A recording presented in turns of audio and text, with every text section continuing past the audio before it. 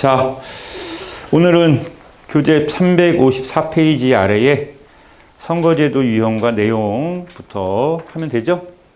자, 보겠습니다. 선거제도와 유형, 선거.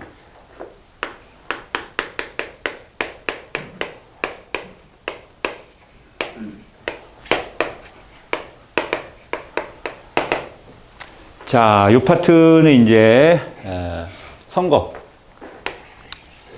선거. 우리가 이제 지금 요게 이제 참정권 얘기하면서 지금 다루고 있는 내용인데요. 요거 한번 거기 오른쪽에 표가 있는데 그 표를 좀 잘 이해를 하셔야 됩니다. 표를.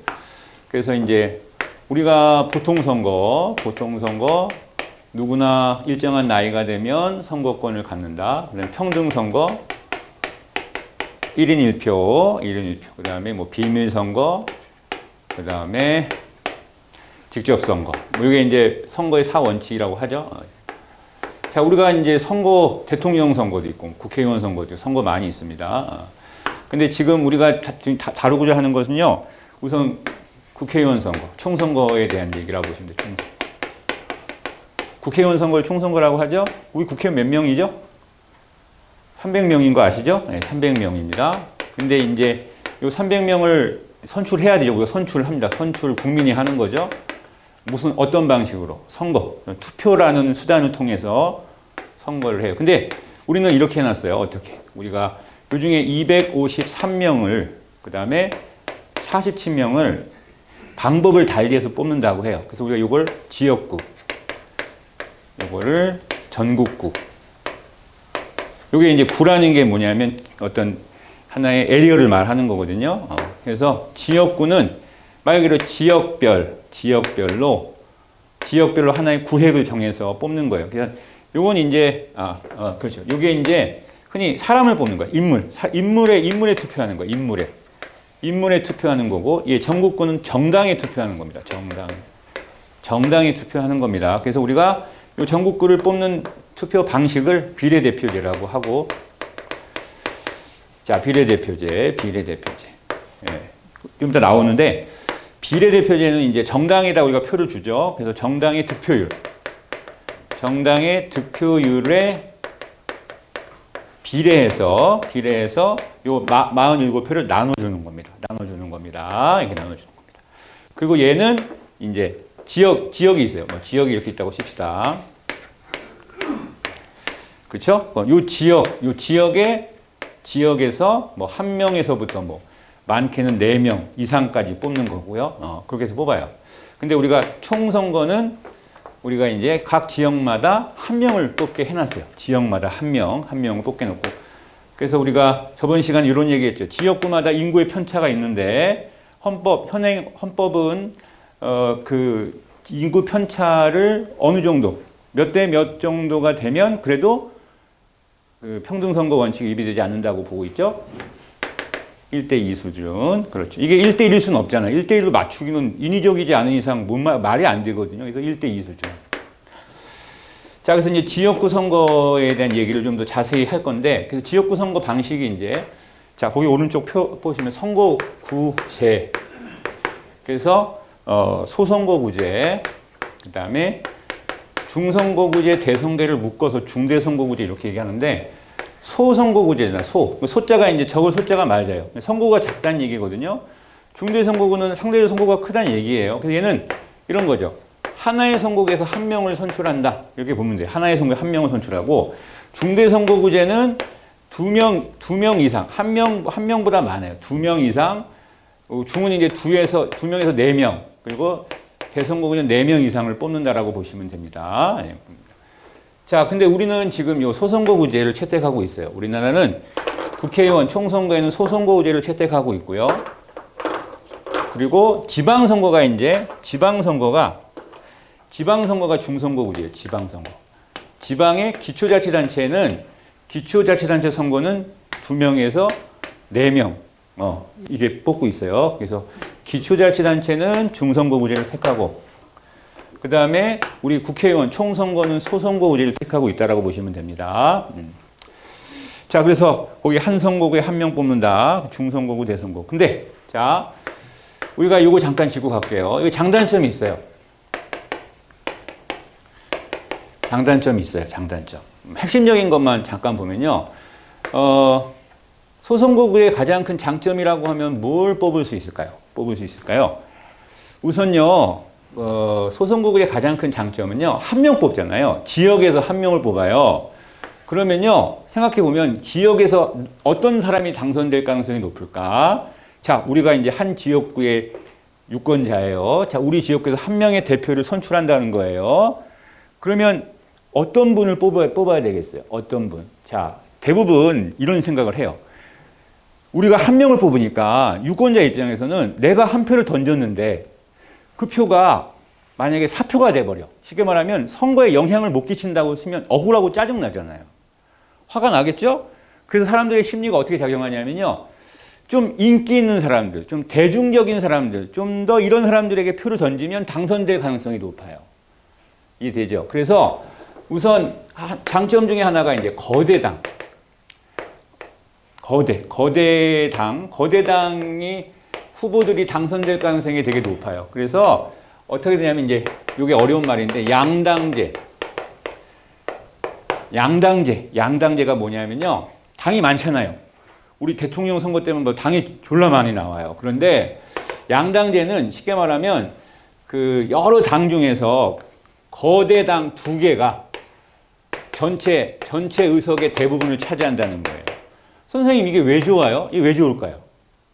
여러분 만약에 의석이 막 300석이 막 이렇게 나눠줬다고 쳐봐요. 그러면 당이라는 건 자기 색깔을 가지고 있잖아요. 그럼 이분들이 국회에 모여서 의사를 결정할 때 어떨까? 쉽게 의사가 결정될까?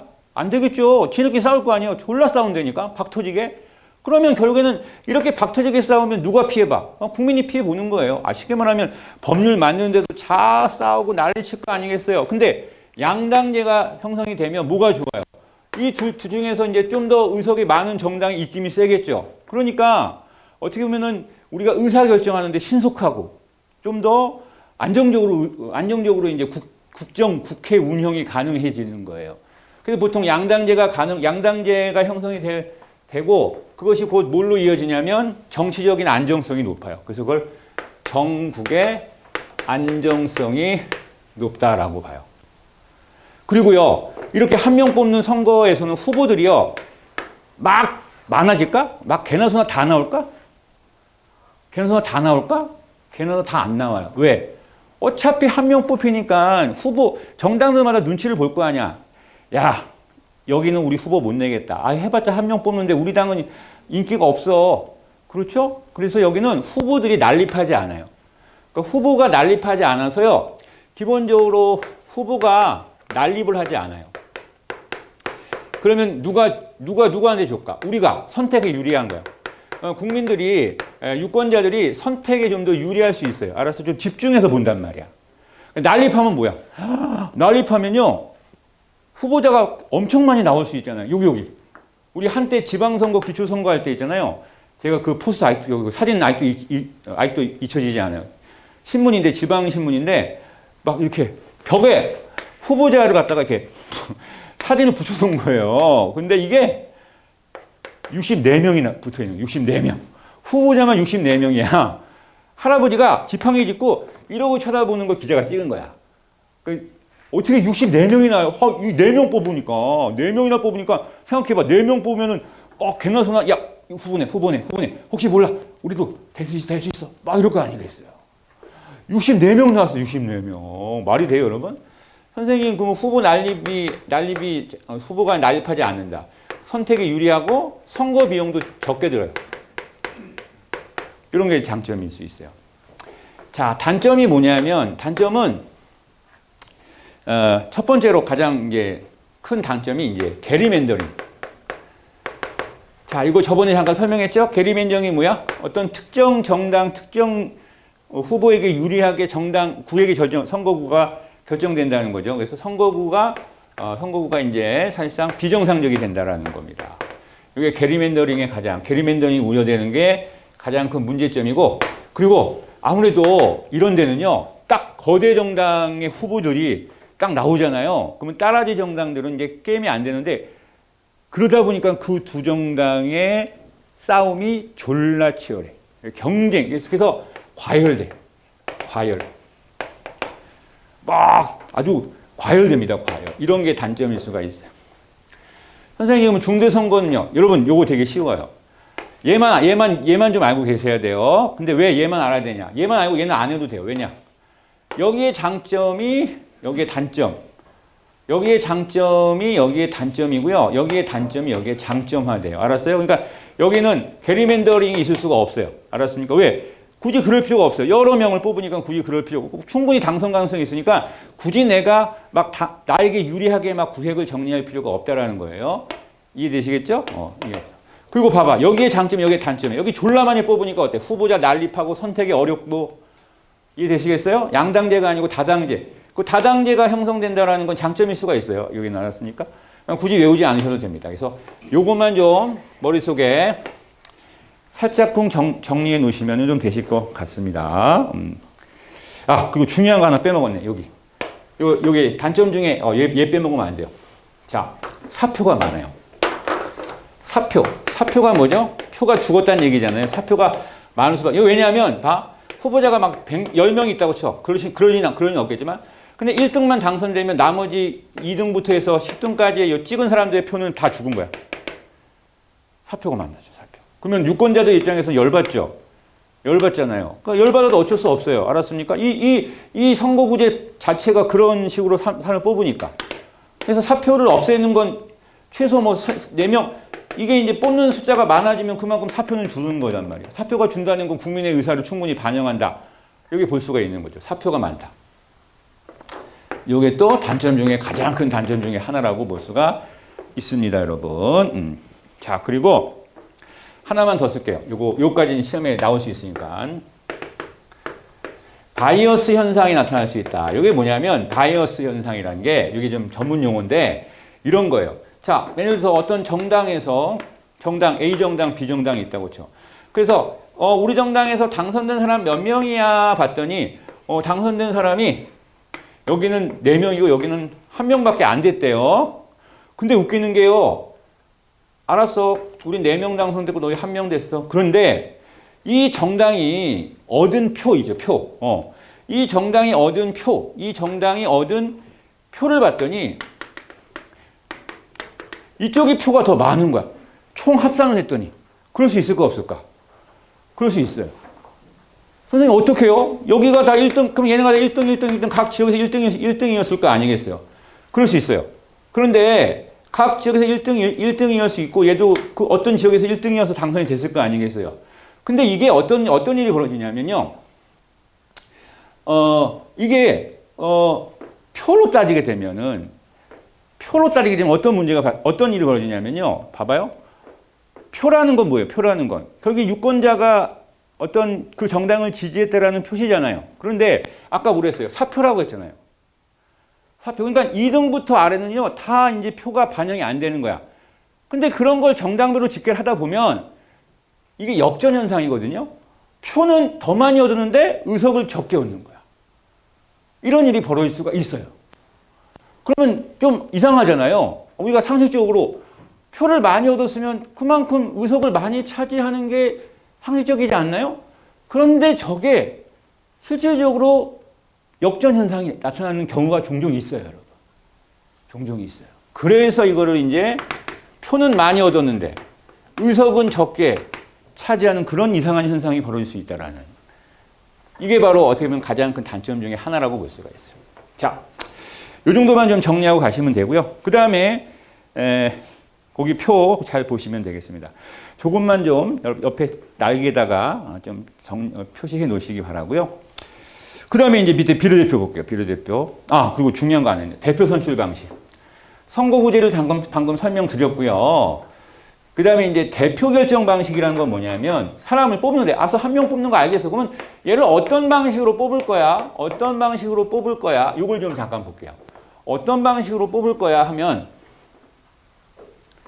여기 소선거구제는요. 어떤 방식으로 뽑냐면 이 방식. 대표 결정 방식이라고 해요. 요게 이제 우리가 다수대표제.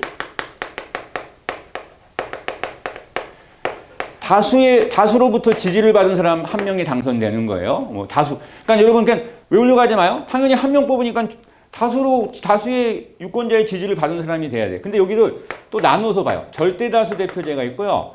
상대다수 대표제가 있어요. 자, 절대다수 대표제와 상대다수 대표제는요. 먼저 우리 선거만 얘기할게요. 우리는 요거 해요. 우리는 요거 선택하고 있어요. 상대다수 대표제가 뭐냐면 상대 후보보다 한 표만 더 많으면 당선되는 거야.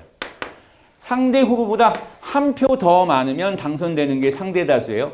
선생님, 그런데 뭐 이게 문제되나? 얘는 단점 중에 하나가 뭐냐면 이거 안 봐요. 득표율 같은 거 신경 안 써요. 이런 거 신경 안 쓰는 거야. 그게 뭐 문제가 돼요? 예를 들어서 어느 지역의 전체 투표율이 20%밖에 안 돼. 그러면 여기서 이제 1등이, 2등이 있을 거 아니겠어요. 근데 1등이 요 20% 안에서 뭐 또 50%밖에 못 얻었어. 얘는 뭐 예를 들어서 뭐 45% 얻었다고 칠게요. 뭔 얘기인지 이해되죠? 그러면 와 얘가 당선이 될 거 아니겠어요.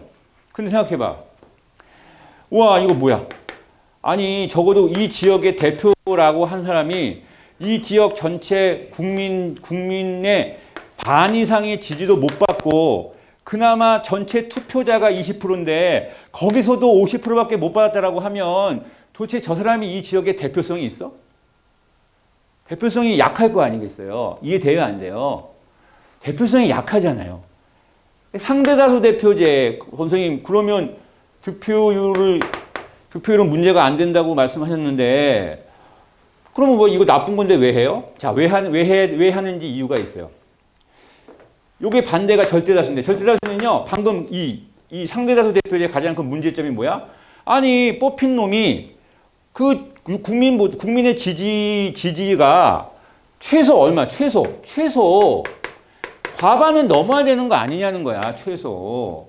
아니 최소 과반도 못 넘은 애가 우리의 대표라고 하는 건 좀 문제 있지 않냐라는 거야. 그래서 절대다수는요 말 그대로 절대가 뭐죠? 기준이 딱 있는 거야. 절대평가가 뭐야? 90점 넘으면 무조건 A등급 주는 거예요.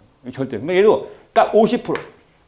그러면 후보자가 이렇게 있어. 후보자가 있는데 얘가 1등이야. 와 내가 1등이야. 근데 이 새끼 득표율이 얼마야? 35%죠? 당선 아니야. 그러니까 1등이 문제가 아닌 거죠. 제일 표 많이 얻은 놈이 요 50%는 넘어야 되는 거야. 그래야 네가 적어도 우리의 대표성은 있지.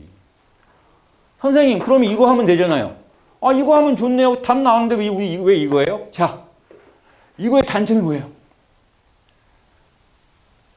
실제로 여러분 득표율 50% 이상 그것도 전체 유권자의 50% 이상 얻는 게 쉬워요?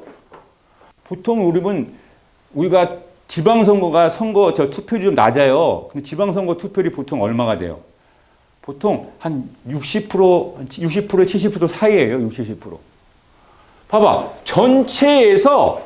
유권자 전체에서 투표율이 60에서 70%라 봐. 60에서 70%밖에 안 된다는 거예요. 그런데 전체 50% 이상을 얻으려면 전체 유권자 중에 60%밖에 투표를 안 한 상황에서 전체 유권자의 50%를 얻으면요. 얘가 이 60% 중에 적어도 뭐야? 한 90% 이상의 득표를 얻어야 되는 거야. 이거 쉬워? 어려워. 그런 게 있네요? 그러면 만약에 안 되면 어떻게? 또 해야지. 될 때까지 해야지. 그 선거 비용하며. 그거 어떻게 다 감당할 거야?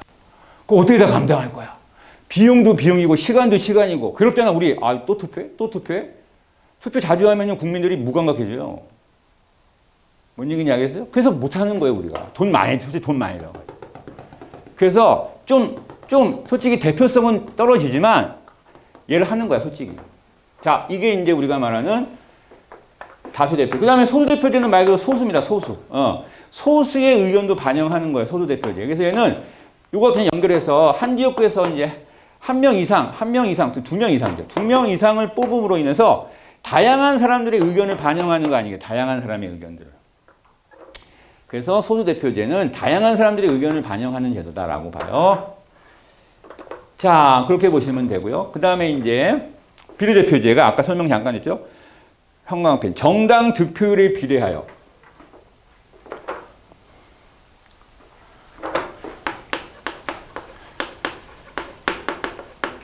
자, 요거 잠깐 보고 갈게요. 우리 시험에도 나오니까. 비례대표는 이렇게 해요. 먼저 그 선거 전에 각 정당별로 자, 비례대표 후보 용지, 비례대표 명단을 선관위에 제출해요. 선관위에 제출을 해요. 그러면 선관위에 제출을 한단 말이야. 이렇게. 그럼 보통 아까 몇 명이야? 47명이잖아. 그러면 우선 가장 이상적으로는 여기 선관위에 몇 명의 후보를 낼까? 이런 정당은 없겠죠? 야, 우리 정당은 인기가 졸라 많아. 우리 정당 인기가 별로 없어. 야, 우리가 뭐 몇 표 없겠어? 우리 한 10명만 적어내자. 이런 정당은 솔직히 없어. 왜? 아니, 이왕이면 뭐야? 모르잖아. 그러니까 어떻게 저거보다 많이 적어내겠죠. 뭐 최소 47명은 적어낸다든가. 그건 상관없어요. 아무튼 뭐 예를 들어 100명을 적어낼 수도 있는 거죠. 그럼 1번부터 쭉 100명을 적어내요. 자, 우리 시험에 나왔던 거 하나 할게요. 우리가 선거에서 여성들이 당선되기가 옛날에 되게 어려웠어요. 그래서 우리가 흔히 말하는 어떻게 보면 여성들에 대한 평등권, 정치 참여 평등권이 침해당하는 경우가 있었다는 거야. 그러니까 어차피 선거를 통해 뽑는 건데 뭐 여성이라고 일부러 뽑고 그런 건 아닌데 너무나 정치에 여성들이 많이 배제가 되다 보니 그걸 어떻게 보완할까 싶어가지고 한 게 바로 뭐야? 요 선거, 요 비례대표 선거, 이게 이제 우리 정당별로 선관위에 비례대표 명단을 내서 하는 선거다라고 해서 이걸 뭐라고 보냐면 정당 명부식 비례대표제 이렇게 말하기도 해요. 이걸 줄여서 그냥 우리는 비례대표라고 하는 거예요. 그러면 요 홀수번 있죠. 1, 3, 5, 7.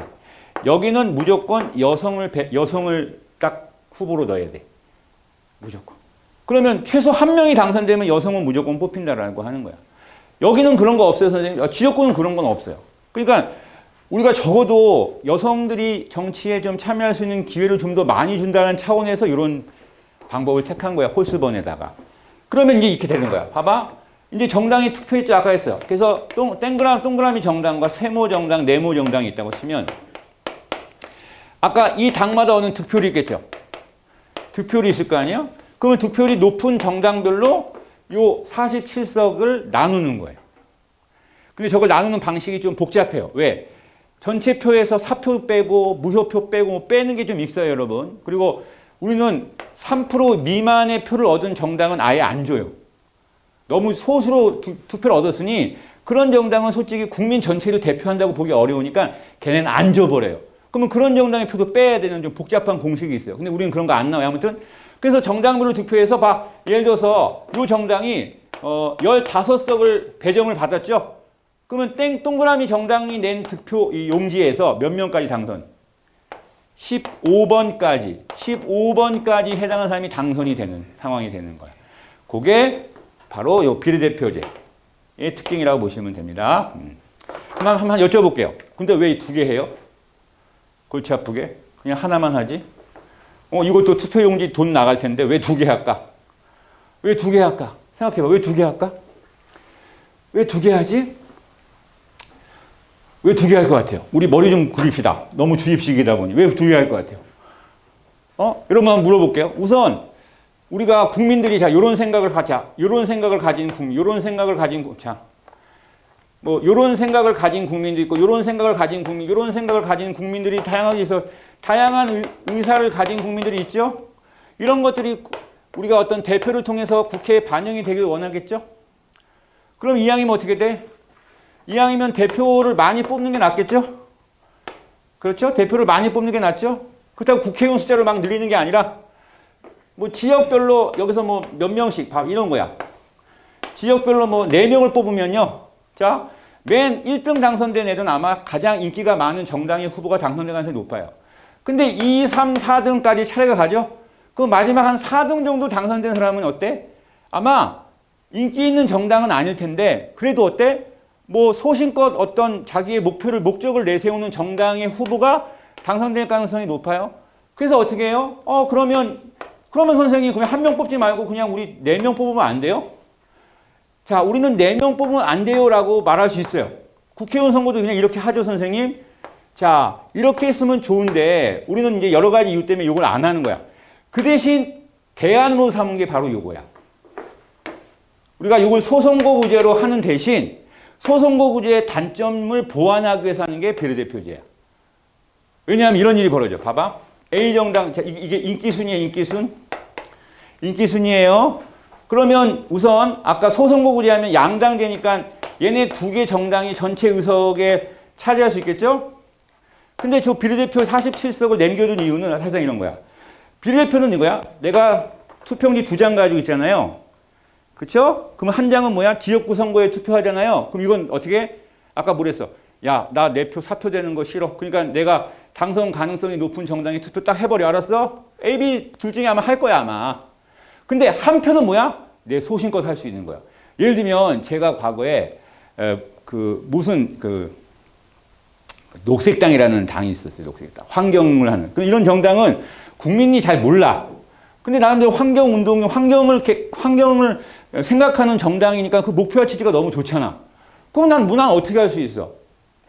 지역구 선거는 그냥 정당의 어떤 두 정당 중에 하나 투표한다고 했고 나머지 한 표는 그래.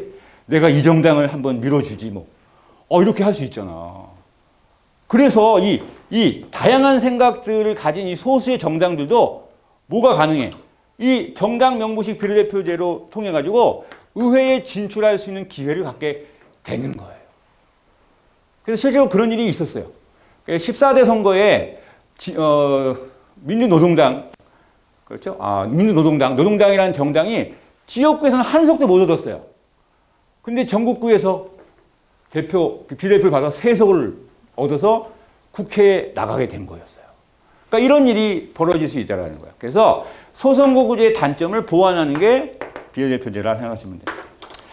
자, 그러면 옆에 날개 한번 볼게요, 여러분. 355페이지 오른쪽 날개. 비례대표제는 영미법계 국가에서 발달한 제도로 직능을 대표하는 전문가로 국회를 구성할 수 있다고 틀렸는데요. 자, 이거 설명 안 했는데 직능대표제는 뭐냐면요. 이거예요. 자, 고개 들어볼까? 잠깐 우리 머리 좀 식힙시다. 요즘에는요. 제가 아까 차 타고 오면서 요즘에 솔직히 저도 이제 느끼는데 우리 솔직히 유튜브 세상에 살고 있잖아요. 그렇죠? 맞잖아요, 여러분. 근데 유튜브를 보다 보면 어때요?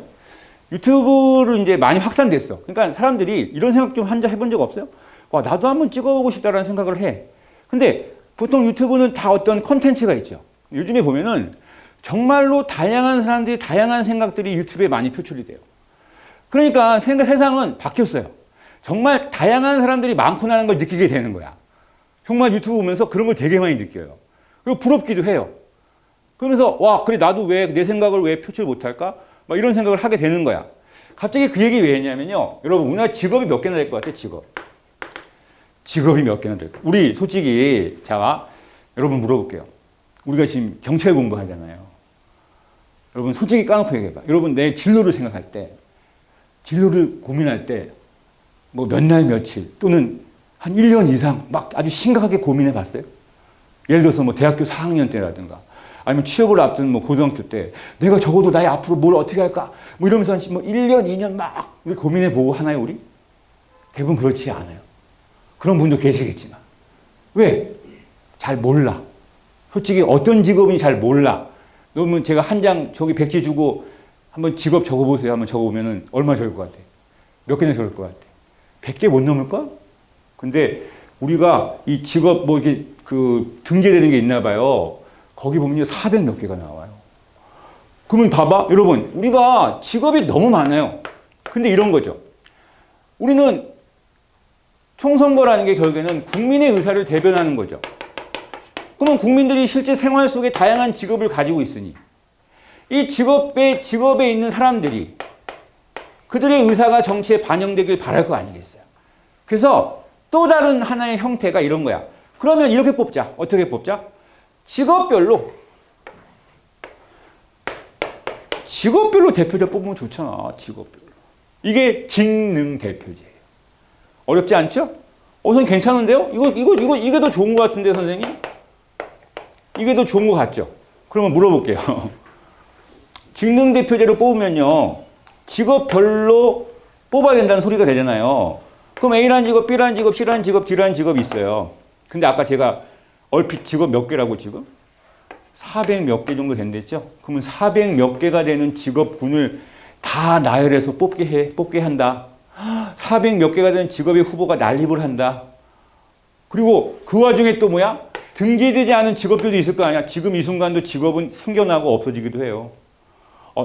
생각해봐 여러분. 몇 년 전만 해도 유튜버를 생계를 이어가고 직업으로 이제 유튜버는 직업으로 이제 인정받았어 못 받았어?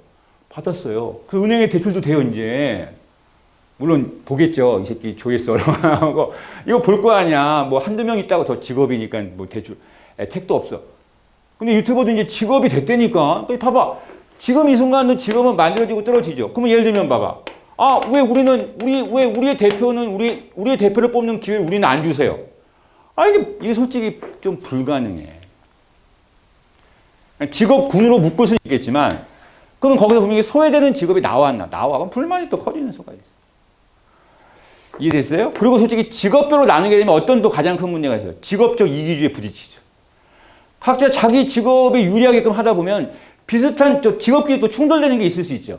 예를 들면 의사와 약사들이 서로 이렇게 분업되면 예전에 싸운 적이 있듯이 이렇게 이익 집단화돼서 또 싸우면 또 문제가 또 커지는 거죠. 이건 국민의 의사가 반영되는 게 아니라 직업적 의사를 반영해서 나타나는 또 어떤 공익적 차원에서 문제가 또 생길 수 있다는 거예요.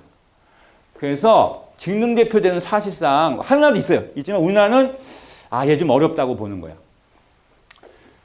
선생님 그래서 여러분 봐봐. 이 전국구에서 당선되는 사람들이 있잖아요. 주로 어떤 사람들인지 아세요? 대부분 여기는 이제 우리가 이걸 명단을 쫙 제출하면요. 이걸 홍보해요. 그러면 이렇게 여기는 이제 다양한 직업을 가진 사람들이 쫙 표진이 돼 있어요.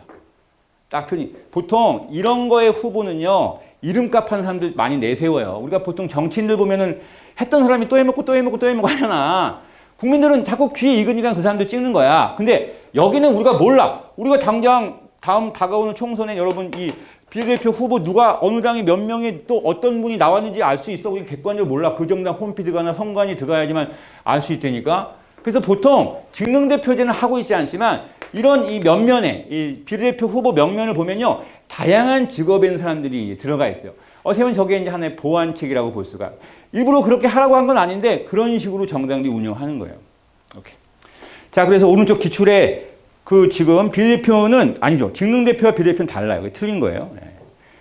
자, 그 다음에 지역구 국회의원은 소선거구제 상대다수 대표제를 따르고 있다. 이게 맞죠. 소선거구제 상대다수 대표제지 절대다수 대표제가 아니에요. 네. 그 다음에 3번 보세요. 국회의원 및 정당의 당원. 자, 정당의 당원 제1항에 따른 국회의원 선거구 획정위원회에 설치로부터 과거 1년 동안 정당의 당원이었던 사람을 포함한다. 정당의 당원은 위원이 될 수 없다. 자, 국회의원의 정당의 당원. 여러분, 거기 보세요. 국회의원 및이라고 했잖아. 거기로 볼까? 여기 정당이 있어요. 정당에서 국회의원인 사람도 있겠죠. 국회의원이 아닌 사람도 있어. 당연하죠. 정당 안에는 모두가 국회의원이 아니잖아요. 그러니까 국회의원인 사람도 있고 국회의원이 아닌 정당원이 있을 수 있잖아. 있을 수 있죠? 지금 그 얘기예요. 그래서 국회의원 또는 및 정당의 당원은 위원이 될 수 없다라고 했어요. 위원이 될 수 없다. 자, 위원이 될 수 없다. 이거는 뭐냐면 여기 지금 글자가 좀 빠졌는데 쓰세요. 거기 있구나. 그 첫 줄의 끝에 보세요. 국회의원 선거구 획정위원회. 국회의원 선거구 획정위원회 위원이 될 수 없다. 선거구 획정위원회에 위원이 될 수 없다. 누가? 요 당원은 안 돼요. 당원은 안 됩니다. 국회의원은 될 수 있는데 선거구 획정위원회의 위원은 당원은 안 됩니다. 당원은 안 되고 국회의원은 될 수가 있어요. 자, 요거 잠깐 써드릴게요. 거기서 보자. 선거구를 획정하는데, 자, 우리가 지금 지도가 이렇게 있잖아요. 우리 나누잖아요. 그러면 선거구 어떻게 짜요? 이게 뭐 충청 이렇게 나눠져 있을 거 아니야. 그럼 여기서 이제 선거구를 짜겠죠. 이렇게 짠단 말이야. 그러니까 이런 거는 이제 짜는 게 선거구 획정위원회야. 알았어? 이게 맨 처음에는 국회 내에 있었어요. 국회 안에 있었는데 국회 안에 이걸 두니까 졸라 싸우는 거야. 왜? 서로 자기 정당이 좀 더 유리하게 싸우고 싶은 거야. 졸라게 막 싸워. 특히 우리나라가 어때? 지역색이 아직 좀 있잖아. 전라, 영남이 서로 막 싸우다 보니까 여기 경기 지점에서는 좀 더 뭐 자기 지역이 유리하게끔 그래가지고 선거구 획정이 잘 안 되는 거야. 졸라게 싸우니까. 그래서 이걸 빼버렸어. 국회에서 빼버려가지고 어디로 했는지 알아? 중앙선거관리위원회 산하로 집어넣어 버렸어. 중앙선거관리위원회, 중앙선거관리위원회가 객관이고 중립적인 기구잖아. 글로 이걸 빼버린 거야. 그런데 그걸 뺐다고 해서 선관위 위원들이 짜면 안 되는 거야. 왜? 이거는 국회의원들이 짜는 게 맞대. 알겠어요? 선생님, 그럼 그게 그거잖아요. 그게 아니죠. 왜? 일로 빼서 짜면요. 일로 빼서 짠다는 건 이 안에 있을 때하고는 달라요. 의사결정 과정이. 그러면 지금 이 기출문제 핵심은 요 중앙선거관리위원회 선관위 산하로 선거구 획정위원회를 집어넣었죠? 그러면 선거구 획정위원회의 위원들이 있을 거 아니야. 그 위원들은 국회의원으로 구성이 돼야 돼. 국회의원들로 구성이 되는 거야. 알았어? 그래서 국회의원들 구성이 돼서 여기서 선거구 획정이 딱 되면 본회의에 붙여가지고 의사결정하는 거거든요. 그래서 이 문제는 국회의원이 선거구 획정위원회 위원은 될 수 있어. 하지만 아니 국회의원이 아닌 정당의 당원이 된다? 이건 안 된다. 그래서 오답이 되는 거예요. 알겠어요? 예. 자, 뭐만 안 된다고 X하면 돼요. 당원은 아니라는 거야. 당원은. 알았죠? 오케이. 자, 그 다음에 넘어갈까요? 자, 빨리 합시다. 선거 공영제. 자, 공영제는 뭐냐면 쉽게 말하면 이거야. 여러분 선거할 때 돈 들어가요? 안 들어가요? 졸라 많이 들어가요. 자, 내가 선생님 제가 나가고 싶어요. 근데 돈이 없어요. 그러면 나는 선거 운동도 못하고 뭐 선거 찌라시도 못 만들고 막 그렇죠? 그럼 봐봐. 유능한 사람이 국회에 진출하는 게 좋죠? 근데 근데 그 사람이 아예 기회조차 못 받으면 안 되겠죠? 그래서 국가가 뭐 하는 거야? 야, 유능한 정치인이 아예 기회조차 못 받으면 안 되잖아. 돈 내주자. 그래서 선거에 대한 비용을 국가가 대신 지원하는 제도를 선거구 공영제라고 해요. 여러분 알았죠? 밑줄만 보면 선거 관리 및 운영에 필요한 비용. 밑줄 관리 및 운영에 필요한 선거와 관련되는 관리 및 운영에 필요한 비용을 자, 두 번째 줄 국민 모두의 공평 부담. 결론적으로 국가가 책임진다는 얘기예요. 헌법 16조에 근거하고 있어요. 그래서 아까 얘기했죠. 1번 끝에 균등한 기회보장. 빨리빨리 할게요. 균등한 기회보장 밑줄. 그리고 2번 요거 별표. 선거에 관한 경비는 법률이 정하는 경우를 제외하고는 정당 또는 후보자에게 부담시키면 안 된다. 자, 그리고 공직선거법 21조에도 1번에 국회는 의원 정수는 지역구 국회의원과 비례국회의원, 이건 했죠. 아까 300명 얘기했죠. 자, 선거 공영제 방금 설명했습니다. 그래서 밑에 선거 공영제 채택 이유 나오죠? 두 번째 점 있죠. 선거의 평형을 기하고 선거 비용을 경감하고 나아가 공명선거를 실현하려는 목적이다. 그렇게 보시면 되고 됐어요. 그 다음에 또 공무원의 중립 의무.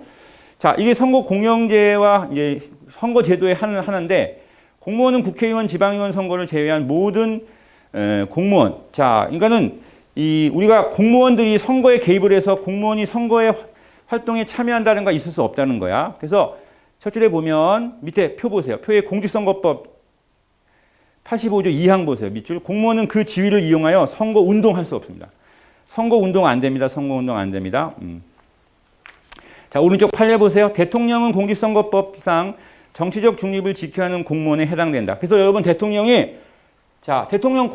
정당에 소속돼 있죠? 그러니까 나는 그러면 우리 정당을 위해서 활동할래. 안 돼요. 대통령은. 알았습니까? 안 된다 이런 얘기예요. 뭐 안 읽어봐도 돼요. 자, 그 다음에 밑에 표 보세요. 공직선거법의 선거와 관련되는 기간, 대통령 선거는 선거기간 23일, 국회의원 지방선거는 14일 이렇게 돼 있습니다. 그 다음에 선거기간의 다음 각 호의 기간, 후보자 등록 마감일로부터 등록 마감일의 다음 날로부터 선거일까지의 기간을 정해놓는다. 읽어보세요. 읽어보시고 자, 이런 거 나온 적은 없는데 읽어는 보시기 바랍니다. 예. 한번 나왔네. 저쪽 오른쪽 보세요. 기출 1번. 근데 이게 법원직에 나왔는데 이것까지 낼까 싶어요. 근데 우리는 뭐 이렇게까지 세세하게 나오진 않을 것 같아요. 자, 우선은 요 동그라미를 하세요. 요 표가 뭐 제가 여러분한테 이거 외우지 마세요 하긴 좀 그렇잖아요. 예, 기출이 나오긴 나왔으니까. 1번 보세요. 대통령은 선거 기간이 23일이고 아까 했죠. 23일.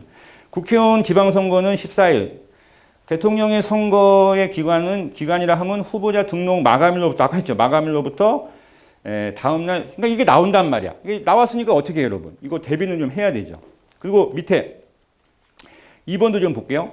대통령 선거는 임기 만료에 의한 선거의 경우 그 임기 만료일 전 며칠, 70일 이후 첫 번째 목요일이 아니고 수요일입니다. 아, 이렇게 나와버리면 우린 돌아버리는 거야.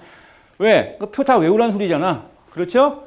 외우란 소리야, 외우란 소리. 어떻게 하죠, 여러분? 외울 거죠? 안 외우실래요? 선생님 안 나오길 바라가지고 안 하면 안 될까요? 그러니까 이런 거 지금 외우지 마세요. 지금 외우면 여러분 너무 힘들고, 알았어? 이런 거 어떻게 나? 사진 찍어가지고 틈틈이 그냥 계속 보는 거야. 알았지? 그러니까 여러분 단순 암기할 거는요, 책상에 앉아서 외우는 게 아닙니다. 자, 공부 똑똑하게 하세요. 단순 암기는 책상에 앉아 외우는 게 아니에요. 책상에 앉아서는 에너지 쓰는 거잖아요. 논리가 필요한 것들을 이렇게 보는 거고요. 판례 분석은 책상에 앉아서 해야 돼요. 여러분 졸리면 판례 분석하세요. 판례. 외울 거 외우지 마시고 졸리면 판례 읽으면서 한번 생각해 보니까 자, 딱 보면은 우리 판례 보면 굵은 글씨가 나와 있는 게 이제 쟁점이잖아. 그럼 해봐. 이거 기각할까?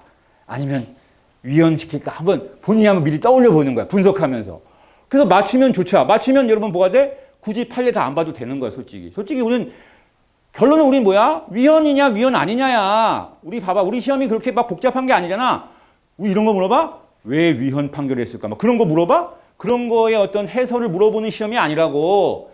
이게 맞냐, 틀리냐만 딱 확인하면 되는 시험이야. 알았지? 그러니까 판례를 많이 보면 좋아. 그리고 판례를 분석을 막 빡세게 할 필요가 별로 없는 거야, 여러분. 이해됐어요? 그러니까 우리는 좀 더 기능적으로 공부할 필요가 있는 거예요. 알았죠? 예. 그러니까 그런 것들은 책상에서 보는 거예요. 자, 저는 분명히 말씀드렸습니다. 여기 표, 여기 357페이지 그 중간에 그 표 있죠? 그거는 여러분 나중에 천천히 외우셔야 돼요. 오른쪽 날개 보세요. 3번 보세요. 3번도 뭐가 틀렸냐면요. 시간 관계상 3번의 세 번째 기출문제 세 번째 줄에 선거구에서 무소속의 후보자로 등록할 수 있다라고 했는데, 예. 무소속 후보자로 등록할 수 없습니다. 무소속 후보자로 등록할 수가 없습니다. 예, 없습니다. 탈당을 하던가 해야 된다. 탈당을 하던가 무소속 등록할 수 없고, 그 다음에 4번도 자, 4번도 시간 관계상 끝에 줄에 선거 비용 뭐 수당에 대한 비용을 국가가 부담, 틀렸어. 국가 지우시고요. 정당이 부담하는 겁니다. 정당이 부담한다. 뭐에 대해서? 아까 봐봐, 여러분. 오른쪽에 선거 공영제에서 국가가 부담하는 건 뭐랬어요? 요건 좀 보고 갈게요. 요건 국가가 부담하는 건요. 선거와 관련돼서 선거의 관리 운영에 대한 걸 얘기한다고 했어요. 그런데 4번은 뭐야? 밑에서 두 번째 줄 봐봐. 당내 경선의 투표 및 개표 참관인의 수당 있죠? 그렇죠, 여러분? 이거는 당내 경선, 고개를 봐. 당내 경선이 뭐예요? 당내 경선. 자, 우리가 이런 거야. 우리 당에서 국회의원을 낸단 말이야. 나 고양시에 나가고 싶어요. 했더니 한석기가 저도 나가고 싶어요. 그러면 이게 둘이 경선 붙잖아. 이건 그 당에서 고양시 대표 후보를 뽑는 거지. 국가가 부담하는 건 이 새끼가 여기서 이 당에서 고양시의 대표로 한 명이 딱 나와서 걔가 선거에 뛰어들어서 후보자 등록을 할 때부터의 비용이지 당내에서 지들끼리 경선하는 걸 왜 국가가 지원해 그것까지. 그거는 그냥 정당이 좀 하라는 얘기야. 어렵지 않죠? 그 얘기야. 5번도요. 이거 아까 말씀드렸죠. 거기 두 번째로 틀렸어요. 여성 후보자가 적어도 반은 돼야 된다는 거야. 알았어요? 아까 했죠. 100명 중에 몇 명? 홀수번. 자, 홀수번은 다 여성 배치해야 된댔죠? 그러면 100명이면 최소 6명, 여성 후보자가 몇 명 들어가는 거예요? 50명이잖아요. 50%라는 거 50%. 100분의 50이라는 게 50% 얘기하는 거야. 30이 틀렸어. 알았죠?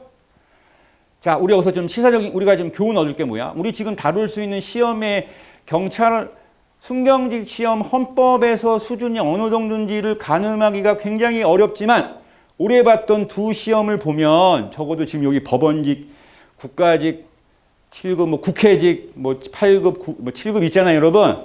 요 레벨 수준에서 좀 봐야 돼, 솔직히. 알았어요? 그래서 기출을 바로미터 삼아서 공부할 내용을 정리할 수밖에 없잖아요, 그렇죠? 예. 그래서 우선은 요런 거 단순 암기할 거는 좀 정리하고 외웁시다. 아시겠죠? 넘어가겠습니다. 자, 그 다음에 자, 또 뭐 잠깐 보냐면요. 후보자. 지금 후보자 얘기 잠깐 볼게요. 후보자인데 페이지 넘기세요. 358페이지 후보자. 저도 여러분 막 이 지방선거 선거판 보면 정치판 보면 아 답답해. 씨 내가 해볼까? 뭐 이런 생각도 할 때가 있어요. 그러면 난 지역에서 한번 지방선거부터 한번 해보자. 뭐 시의회라도 한번 해보자. 야, 근데 제가 한번 알아봤는데요. 와, 그 시의회 하려고 하는 분들도 굉장히 많나 봐요. 이게 감투잖아. 그러니까 그 안에서 아주 박 터지게 또 이제 또 그게 있는 것 같더라고요. 보니까. 아무튼. 자, 그 이번에 하나, 둘, 세 번째 줄 보세요. 세 번째 줄에서 밑줄만 긋자. 경선 후보자로 당해 정당의 후보자로 선출되지 아니한 자는 당의 선거에 같은 선거구에서 후보자로 등록할 수 없다만 밑줄. 자, 그거 밑줄 그어놓고요. 그 다음에 3번도 정당법에서 자, 당원이 될 수, 중간쯤에 당원이 될 수 없는 자는 당내 경선의 선거인이 돼. 이건 너무 쉽죠? 그냥 상식적인 얘기고. 그 다음에 공직선거법. 자, 요거 아까 했던 거예요. 2번만 볼게요. 2번의 끝에서 두 번째, 끝에 줄. 2번의 두 번째 줄의 끝에 투표 및 개표 참관인의 수당은 정당이 부담. 아까 했죠? 정당이 부담한다. 오케이. 자, 그 다음에 밑에 공직선거 47조의 2항 볼게요. 2항에 다 밑줄 그으세요. 정당이 비례표 국회의원 선거 및 비례표 국회의원 선거 후보를 추천할 때 아까 얘기했죠. 100분의 50은 여성이다. 이거 아까 했던 거고. 오케이. 자, 그렇게 보시면 되겠습니다. 잠깐 쉬었다 할게요, 여러분. 첫 시간이니까 잠깐 쉬었다 하겠습니다.